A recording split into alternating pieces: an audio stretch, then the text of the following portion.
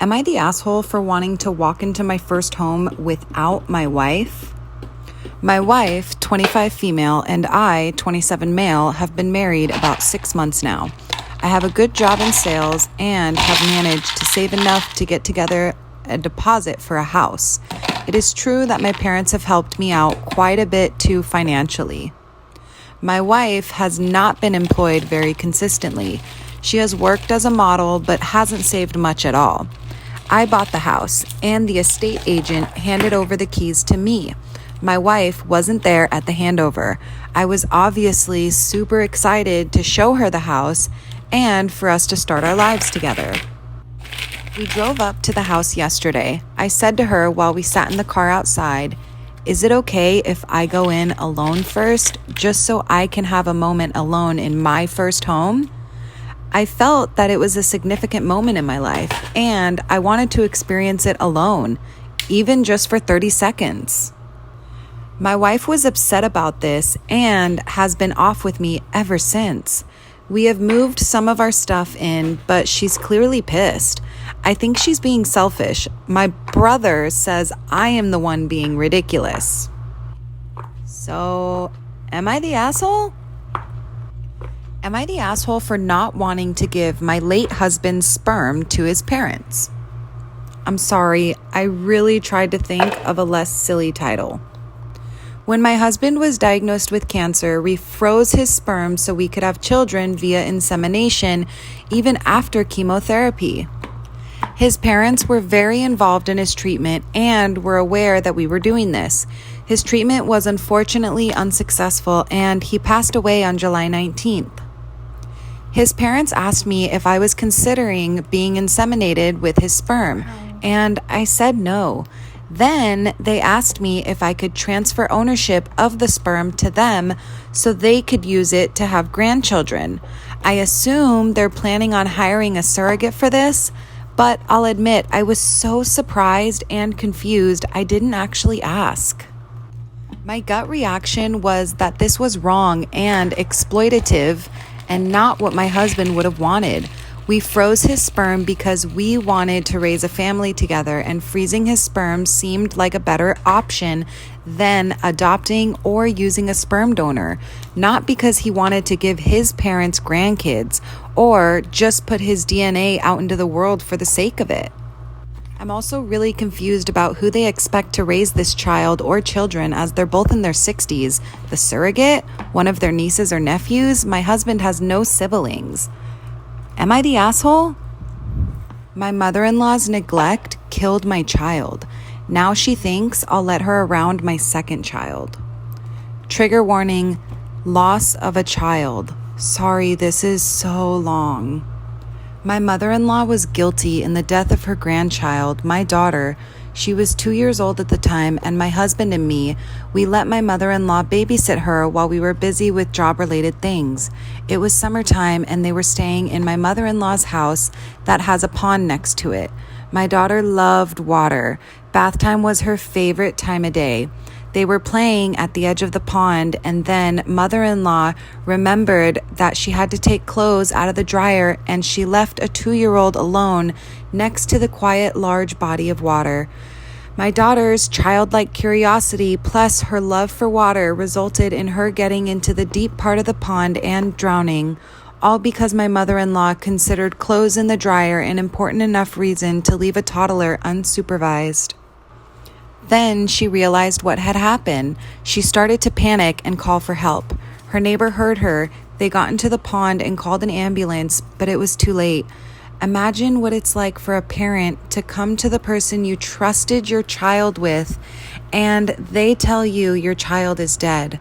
And mother-in-law was begging us not to involve police into this. She kept repeating it was an accident, and she doesn't know how it could have happened. I was only gone for a moment. Feels even worse than we do, and calling the police won't bring her back. We did call the police, of course, and she was charged with criminal negligence and sentenced to 3 years in prison, which, in my opinion, was too light of a punishment. Now, recently, mother-in-law was released from prison and my husband was the first person she looked for contact with. He never once visited mother-in-law while she was imprisoned, unintentionally, but she did cause the death of our child by neglecting her duties as a babysitter. Doesn't matter that she served her sentence. Neither I or my husband will ever forgive her for this. Neither has she asked for forgiveness. All she gave us were excuses and more excuses. In the courtroom, my husband told her she's not his mother anymore, that she's dead to him, and that he never wants to see her face again. Our marriage was damaged too. We were depressed. We fought a lot. There were times when we were both on the brink of divorce. We separated for a while. I left for another country thinking that this is it for us. However, my husband came to look for me and we managed to save our family and continue our life together. I couldn't bring myself to have any more children for a long time, but eventually I got pregnant again. And last summer, we welcomed our son. He's 9 months old now. Obviously, we weren't going to tell mother-in-law we're parents again, but she saw us walking with a baby stroller and realized that once more she has a grandchild. So she tried again to get in contact with my husband.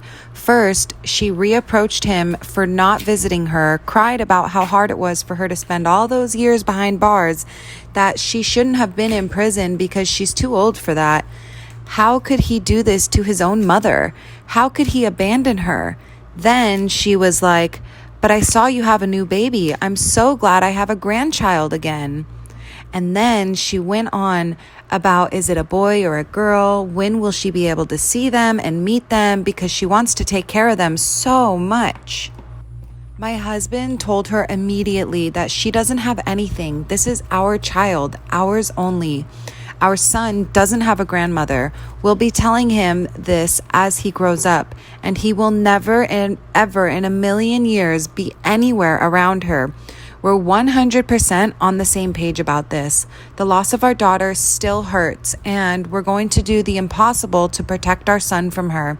He doesn't need an irresponsible grandmother who would likely endanger his life just like she did with his sister. Mother-in-law was shocked to hear this and began to wail about us being so evil and cruel towards her that we're going to hold that against her forever, even though she paid for it, and we cannot be so heartless to prevent her from seeing her grandchild. But what was she thinking? What was she hoping for? That we're really going to let her around our baby? That we'll ever trust her with babysitting again? Honestly, I'm not sure if I can leave my son with any babysitter. I don't trust babysitters anymore because if a grandmother can be so careless enough to let a child die, who knows what an unrelated person can do? So my husband told her firmly that she'll have no access to the baby and he doesn't want to talk to her either. So now that she's out of prison, she should do something useful with her life and leave us alone. Mother-in-law wasn't having it. That evening, she came to our house asking to see her grandchild again. We did not let her come in, obviously, and mother-in-law got mad, claiming that as a grandmother, she has rights to meet her grandchild. We told her that she lost all her rights to our children when she let our daughter drown. If a trust is broken, it cannot be repaired, and there are some things that just cannot be forgiven. I'm amazed at the shamelessness of hers. She knows very well she tore apart our lives 3 years ago. No parent should ever have to bury their child, but we had to because of her, and now she comes to us as if nothing happened.